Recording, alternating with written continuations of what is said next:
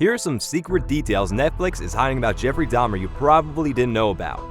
Going against the sources. There are times in the show when the true life story becomes less relevant to the narrative of the show, like one scene that goes directly against Dahmer's own words, and that's where Dahmer was working as a phlebotomist. In the series, he is shown stealing a bag of blood and taking it home to satisfy his cannibalistic fetishes. While you probably considered the scene a bit weird and a little gross, I bet you didn't know that this is an extreme exaggeration. The actual incident that occurred went differently, as described by Dahmer himself. He only tried a vial of blood on the rooftop of the center where he worked to see how it tasted. He also claimed that he spat out what little he had taken.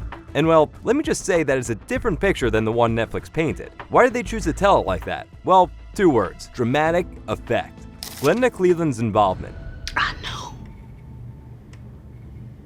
but nobody heard me. This was the chilling statement of Glenda Cleveland, one of the people who played a significant role in the months before and after the arrest of Jeffrey Dahmer. But her portrayal in the show wasn't exactly accurate. For starters, the show depicted Glenda as Dahmer's neighbor in the Oxford Apartments. In real life, Glenda Cleveland wasn't exactly Dahmer's neighbor. She didn't even live in Oxford Apartments. Instead, she lived in a different building adjacent to it. She was depicted as a neighbor who slowly grew suspicious of Dahmer, but in reality, Glenda didn't even live in the Oxford Apartments and never met him prior to that fateful encounter on the streets with one of the victims, Konrad Thompson, before his death. Netflix mixed her story with Pamela Bass, Dahmer's actual neighbor and the one who features in that unsettling sandwich scene.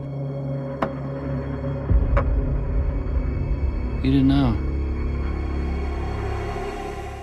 Officers of the Year. This is either the most baffling or most sarcastic Netflix addition to the canon. A brief scene that showed officers John Balsersack and Joseph Gabrish receiving an Officer of the Year commendation. These were the same cops that infamously returned 14-year-old victim Konrad Thompson to Dahmer, who then killed him. Thompson had almost escaped his killer's clutches before being returned by these stellar officers, who then radioed the station and had to say, "Intoxicated Asian naked male was returned to his sober boyfriend. My partner's gonna get deloused at the station." In reality, the fate of these officers was actually pretty grim. The pair ended up getting fired from duty after Dahmer's arrest, only to be reinstated 4 years later, given $55,000 each in back pay and allowed to continue their police work.